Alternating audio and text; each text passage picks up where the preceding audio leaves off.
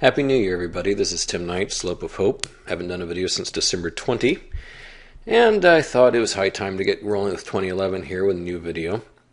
Some people have asked me, hey, where'd some of those ads go? I've trimmed back on the ads on the site. I want the aesthetics of the site to still be nice. You'll still see on the extreme right an ads appearing there, and just below each post some ads. So for those clicking fingers out there, have at it. But I did curtail some of the ads because it was getting a bit yucky. Well, interesting day. We're 3 trading days into the year. I was down a little bit today, which is great news because I was 100% short going into the day, and the day rallied hard. So considering how modestly down I was pretty pleased.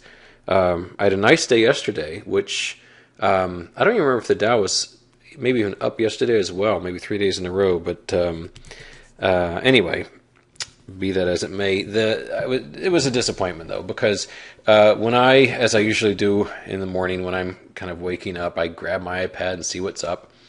And I had 99 shorts and 1 long, that is gold. And when I looked at the iPad, it showed gold was up just a little bit, and the ES and NQ were down hard. This is like down here. I thought to myself, today's going to be a good day. Well, you can see what happened because the ADP employment report came out. And kind of interesting situation because, it's sort of like the bulls it's like heads they win, tails they win.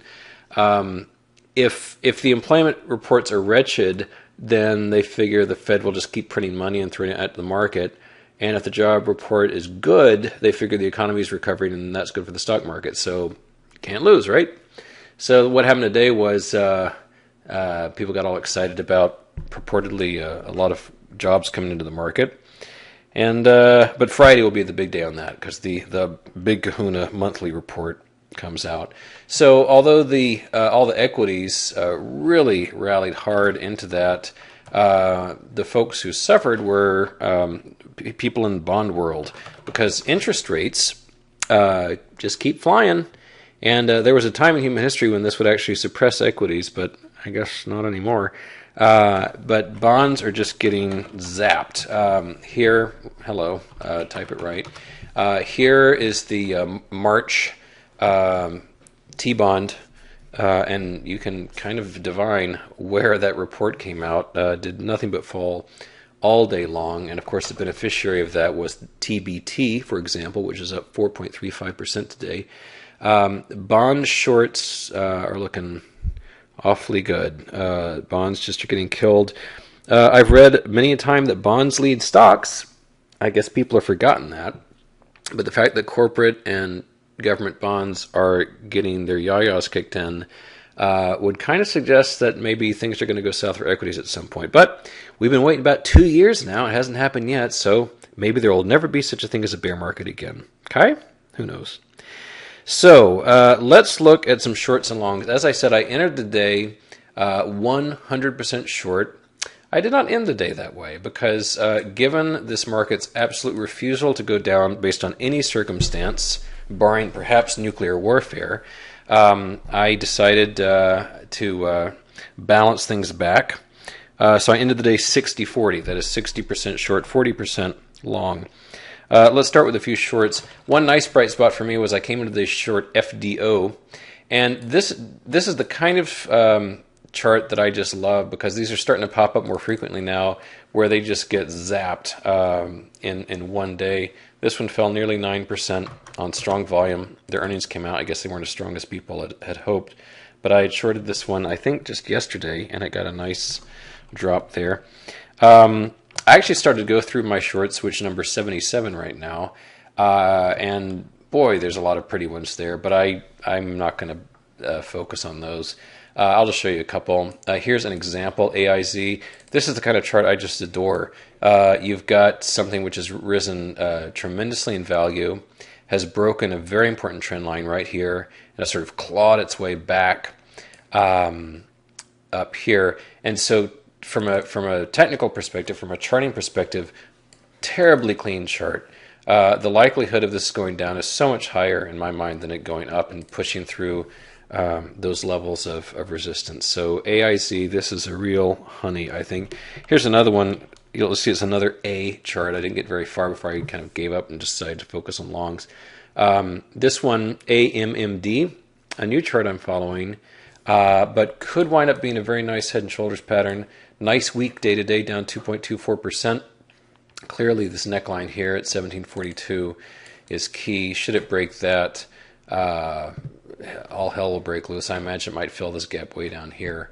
But another nice chart there. But I got 77 of these, and very pretty, many of them. But let's look at a few long positions, because I've acquired 35 longs. 3 of them kind of big. I don't have any big shorts left, except for the ones I'm wearing. So FXE, I'm long, which is the euro. I'm not typing these in. Don't worry, nothing's wrong with your screen.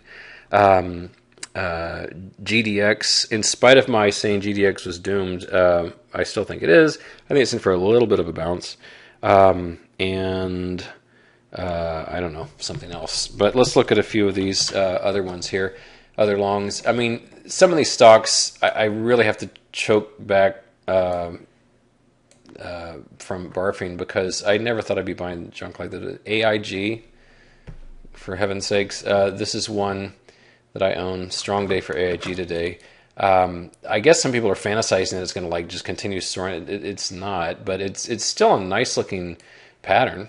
It's a nice looking pattern, and the volume's starting to bounce a bit. So financials have been quite strong. And Citicorp, nice symmetrical triangle here, has clearly broken above that. So again, financials looking pretty nice these days. Here's some other longs. Here's ASML. This one I like because it broke above this very pretty inverted head and shoulders and pulled back to it today, and I got it today. And I think this is a nice, clean breakout on a retracement. Here's BEE. One little asterisk here is that it did break below this trend line and has been kind of crawling below it. However, this cup with handle pattern is pretty nicely defined. Nothing spectacular going on in the way of volume, but just backing away from here. Considering how surprisingly strong real estate has been, and considering the shape of this pattern, if you hide those lines, kind of nice looking, and a very clean stop on this. Some of these are at lifetime highs, but are attractive nonetheless. Here's TGI. Some of these, as I said, are just very strong, coming out of very nice basing patterns, and no great reason not to buy them. Here's one I've mentioned many times, Cavium. Lifetime high today. This is the kind of stock that, in your mind's eye, you can sort of picture doing great things in the future. I was trying to resize graph. With a stock like this, you can kind of shrink it down to sort of imagine what potential this might have breaking out of such a pattern. Because when it fills the whole screen, I think in the mind's eye, kind of you limit yourself to saying, well, it'll never get above this line. You have to kind of think big on these items here. Let's see, a couple of more here. DMAN. This one's not at a lifetime high, but a pretty nice basing pattern. I'm not as thrilled with this one because it's definitely had some breakouts before that really didn't go much of anywhere. But a nice increase in volume here recently. And then finally, let's close with GDX that I mentioned earlier.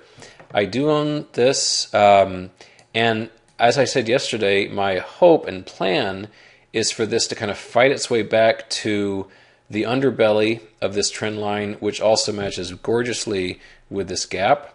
If this thing fought its way back to 60 and a few pennies maybe, I would get pretty excited, because I would sell it for one thing. And I would look very carefully at that reversing, because pushing back and then reversing down, especially below today's low, would be manna from heaven for us Earth sign types. Anywho, that is all. And what else can I say in the 33 seconds I've got left? Not a whole lot. I'm glad you're here. I'm glad Slope is such a special place. Be nice to one another, please. I know there's been some weirdness going on, but it seems to be abating. And so, group hug. Good. Done. All right. I love you too. So, may the force be with you, and I'll see you tomorrow. Adios.